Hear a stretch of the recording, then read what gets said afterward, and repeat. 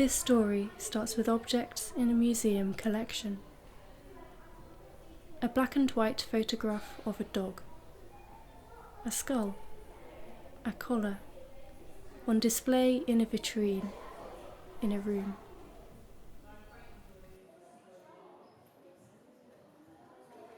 A harpsichord with lush landscape images.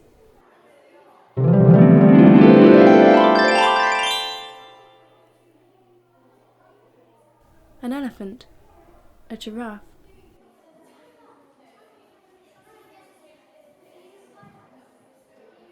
A tiger. Big head, mouth wide open. This is one of 39 tigers, shot by King George V in 1911. 39. On a hunting party. Now all these tigers are exhibited in museums around Britain. The skull of a dog. Its name, Czigane. One of the Siberian sledge dogs that took part in the British Antarctic expedition to the South Pole. The Terra expedition. Terra Nova. New land. White. Icy new land. No mention of Czigane in the logbooks in the archives of the National Meteorological Library and Archive. Or, yes, one mention. On October 1911, the captain of the mission wrote, "Another of the best of the dogs, Czigane, was smitten with the unaccountable sickness. If he really has the disease, the end will be swift." Scott himself never returned from this mission, but Czigane did.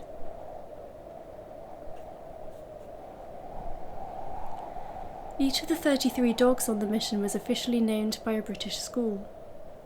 They were given nicknames too. Czigane was nicknamed the Old Man. New Land. Terra Nova. Czigane died of old age.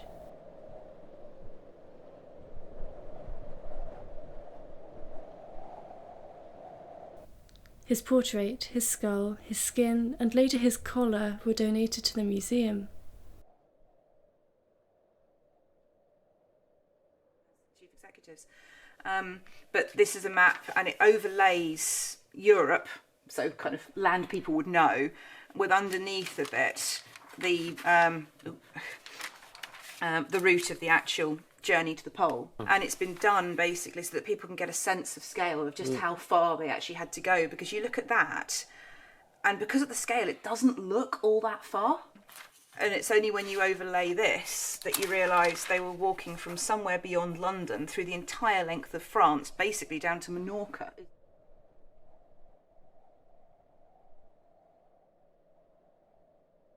So there's that. The file itself tells us very little.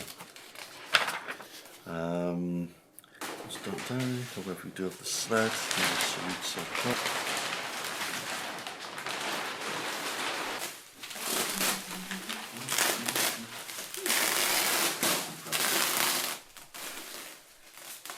It was probably considered to be a sledge, therefore ethnography. It's not ethnographic, no, though. That's the but thing. It's expedition equipment. But this is a European-made Western sled. Yeah. It's on the database of social history. For the exhibition that he did how many years ago. I don't think he knows anything about it. I might be interested in munching on bits, but it tends to be a lot of it is like wear and tear, isn't it? That looks like a pea. Oh. Looks like a ship. Okay. Do you need light on that? Do you need any more light? Oh, what do you make of that?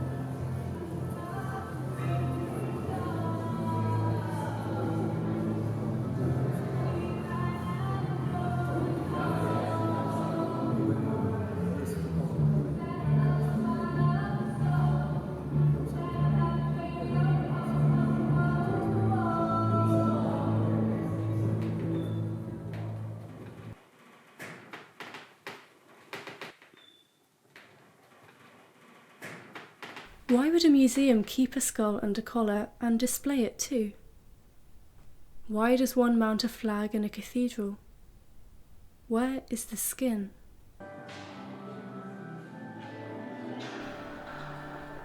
The race to the South Pole was high on the agenda of the British.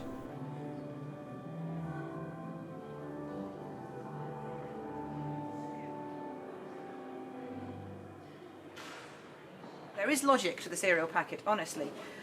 So Simpson was nicknamed Sonny Jim because apparently he bore an uncanny resemblance to the Sonny Jim who was the, well, character of Force cereal.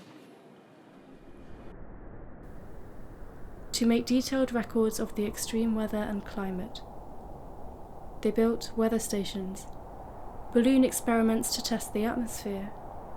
The lowest temperature recorded is minus 60.8 Celsius.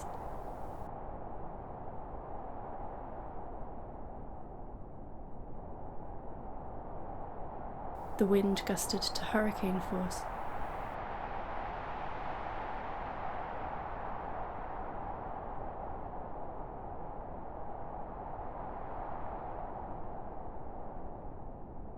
Priestley has re-quoted Dante's Inferno.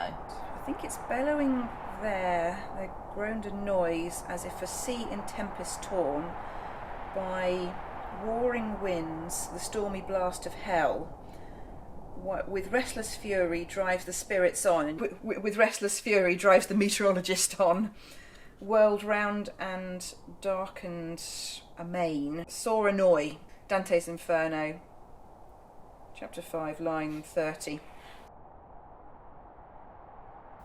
The observations needed to be timed precisely, with the regularity of clock time, throughout the winter months. But what if the sun is not there? They built an alarm clock, a candle marking out hours, a piece of thread, a bamboo cane linked to a gramophone. The candle burns down to the thread, snaps it. Releasing a piece of bent cane. Pulling off the gramophone, the needle drops. Caruso echoes all over the new land. Take the next measurement to understand how any changes in these data severely impacts the climate of the planet as a whole.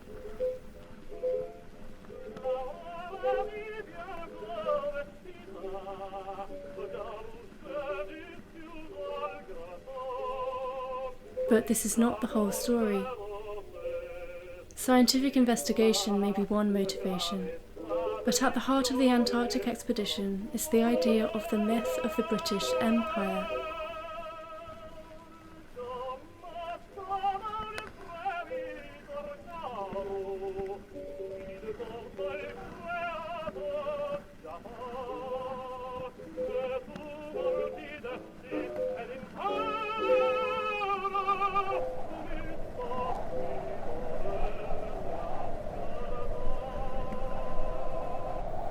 Blindness with eyes wide open. Alienated whitening out.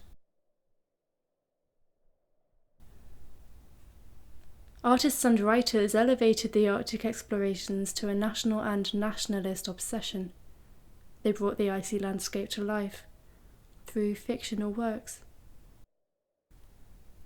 using the writings and drawings of the explorers.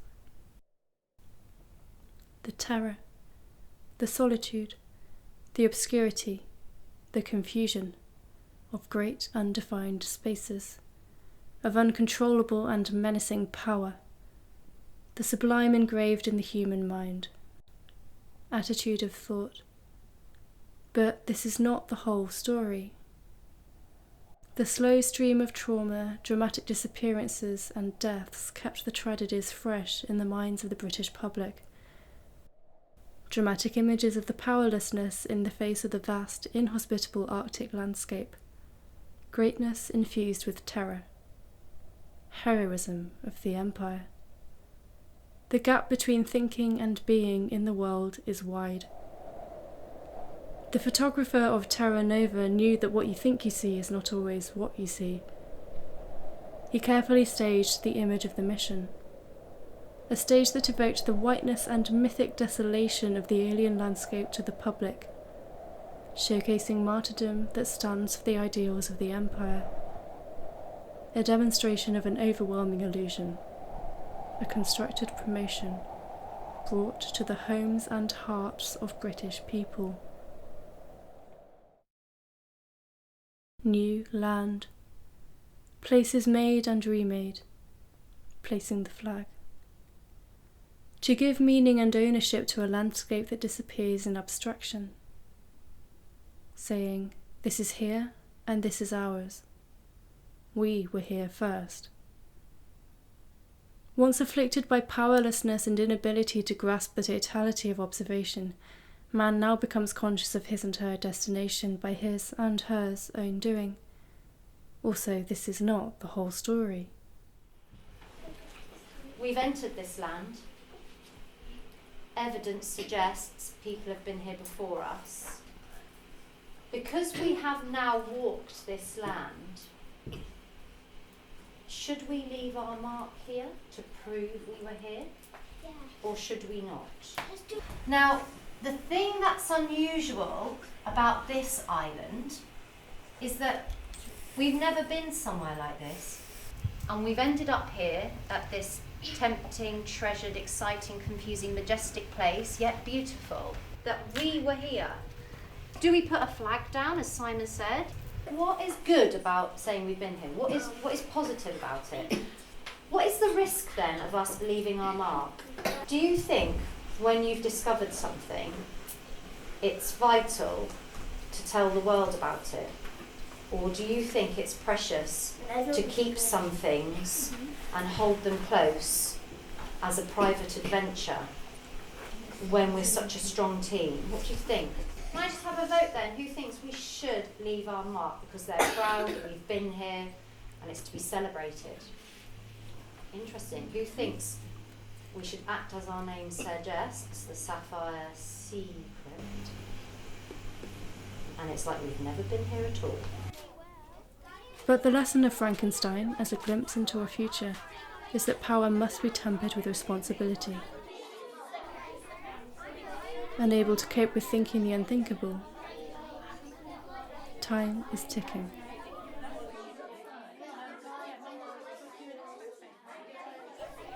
Frail, in fragile times, to picture. This is where the story is heading. In picturing something, the capacity to visualize gets activated. That moment of mentally having a picture, one cannot only name it, one also has the power to rename it, change it, rethink it. Children, open to new ideas and new challenges.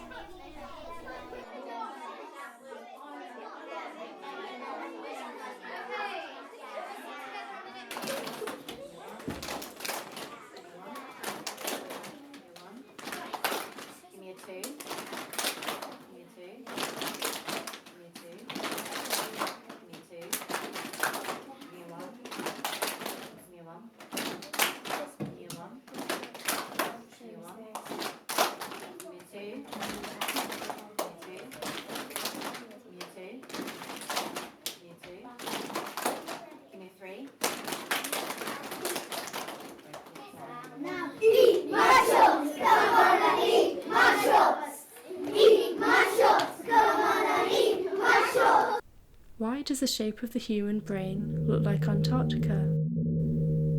A map is worth a second glance. Central to how we imagine and practice space. Space is always in the process of being made and remade, always the possibility of openness and alternative configurations. What is fixed by ice, water and rock is capable of being imagined otherwise. Ice, so critical in shaping the history of the planet, is now fragile and vulnerable. They say they left no footprints, returned it to an untouched state, as if nothing happened. But we need new stories, of a diminished confidence in the stability of objects, Antarctic expeditions were thought of as heroic and glorious, but they were disastrous. Under modernity, the planet suffers. News stories cannot be without a rigorous analysis of myths. The landmarks on the map of Antarctica are named by or after the pioneers. They named everything, as they discovered, as they wished. Nowhere, nothing on the icy continent, is named after any animal that played such a crucial role in each and every expedition. However, the sky provides that space. In aviation, navigation is marked by waypoints, a highway in the sky. Now, 11 waypoints, named after the unsung heroes of Antarctic exploration, their presence on the ice, in the sky.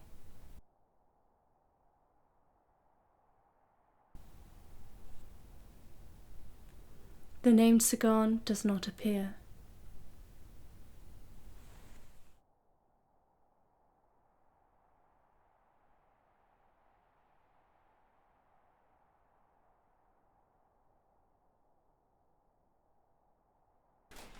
Here we sail, sail along the moonlit ocean.